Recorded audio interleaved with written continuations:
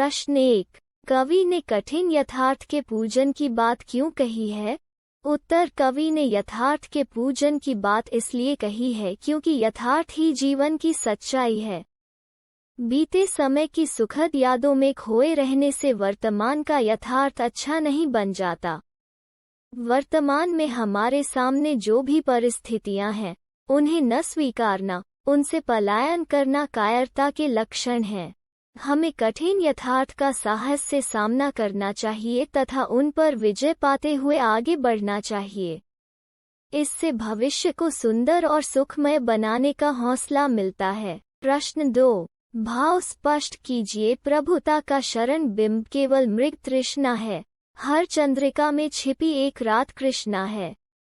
उत्तर, भाव यह है कि प्रभुता का शरण बिंब अर्थात बड़प्पन का एहसास एक छलावा था, भ्रम मात्र है जो मृग मारीचिका के समान है।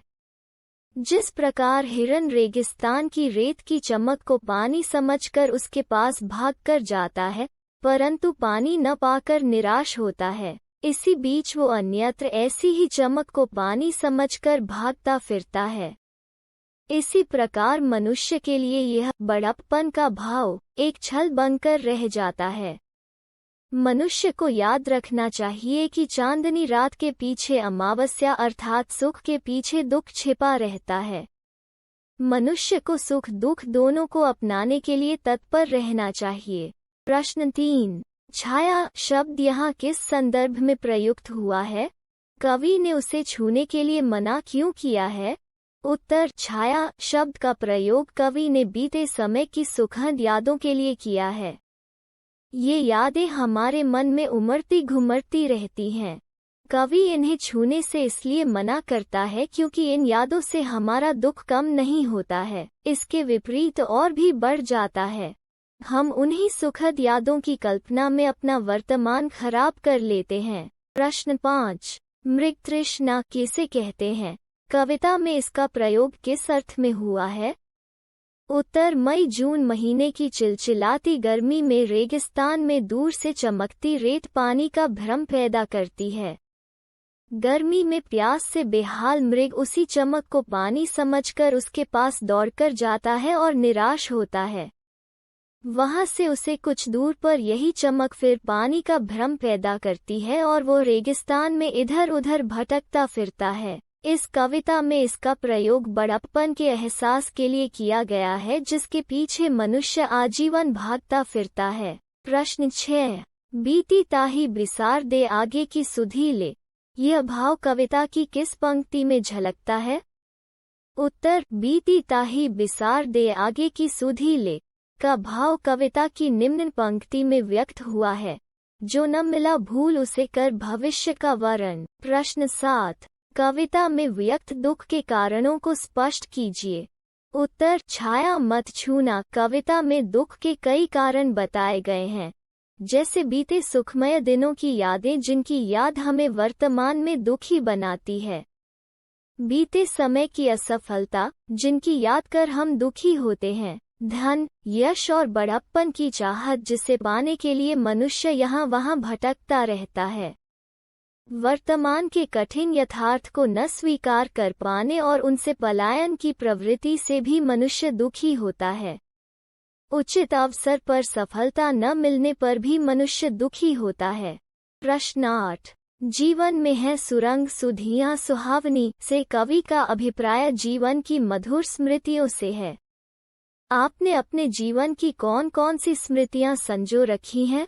उत्तर, छात्र अपने जीवन की मधुर स्मृतियों सुरंग सुधियों के बारे में स्वयं लिखें। प्रश्न 9। क्या हुआ जो खिला फूल रस बसंत जाने पर?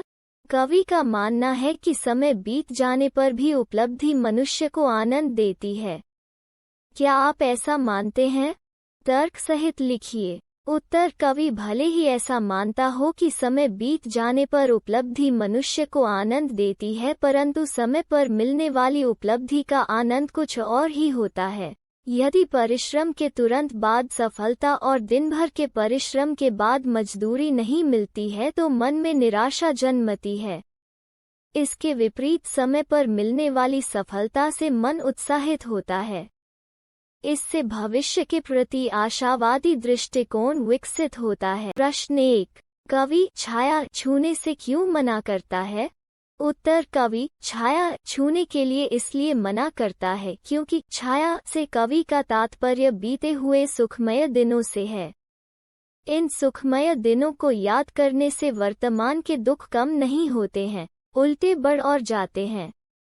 ये बीते सुखमय दिन तो लौट कर आते नहीं, उन्हें याद करने से क्या फायदा मिलता है? प्रश्न 2, कवि के जीवन की कौन सी यादें उसे दुखी कर रही हैं? उत्तर, कवि के जीवन में अनेक रंग बिरंगी और सुंदर यादें हैं जो समय समय पर उसे गुदगुदा जाती हैं। उन यादों के माध्यम से बने चित्रों की सुगंध मनभावनी महसूस हो रही है। ये यादें और इन यादों की सुगंध अब वैसी नहीं रही, उसका समय अब उतना सुखद नहीं रहा, अतः कवि इन यादों से दुख महसूस कर रहा है। प्रश्न 3, भूली सी एक छुअन बनता हर जीवित क्षण से कवि का क्या आशय है? उत्तर, भूली सी एक छुअन बनता हर जीवित क्षण से कवि का आशय है कवि के द्वारा अपनी प्रिया के साथ बिताए पलों को भूलकर भी याद कर लेने से वे पल चलचित्र की भांति सजीव होकर आंखों के सामने घूम जाते हैं। इन दृश्यों की क्रमिक याद आने से कवि का दुख बढ़ जाता है। प्रश्न 4, जितना ही दौड़ा तू उतना ही भरमाया के माध्यम से कवि क्या कहना चाहता है? उत्तर, जितना ही दौड़ा तू उतना ही भरमाया के माध्यम से कवि यह कहना चाहता है कि यश, वैभव और मान सम्मान, प्रतिष्ठा जैसा कुछ नहीं है। ये भौतिक वस्तुएं छलावा मात्र हैं। इनको पाने के लिए व्यक्ति जितना ही भागता है उतना ही भ्रमित होता है क्योंकि उसके हाथ कुछ नहीं लगता है। इन भौतिक वस्तुओं को पाने के लिए भ्रमित रहता है। प्रश्न 5, हर चंद्रिका में छिपी एक रात कृष्णा है पंक्ति में कवि हमें किस यथार्थ एवं सत्य से अवगत कराना चाहता है? उत्तर, हर चंद्रिका में छिपी एक रात कृष्णा है पंक्ति के माध्यम से कवि हमें यह बताना चाहता है कि जिस प्रकार हर चांदनी रात के बाद अमावस्या की रात अवश्य ही आती है, उसी प्रकार मानव जीवन में सुख के बाद दुख का आना अवश्यंभावी होता है। अतः मनुष्य को सुख के बाद दुख सहने के लिए भी तैयार रहना चाहिए। प्रश्न 6, कविता में यथार्थ स्वीकारने की बात क्यों कही गई है? उत्तर, छाया मत छूना कविता में यथार्थ को स्वीकारने की बात इसलिए कही गई है क्योंकि वर्तमान का यथार्थ ही सत्य होता है।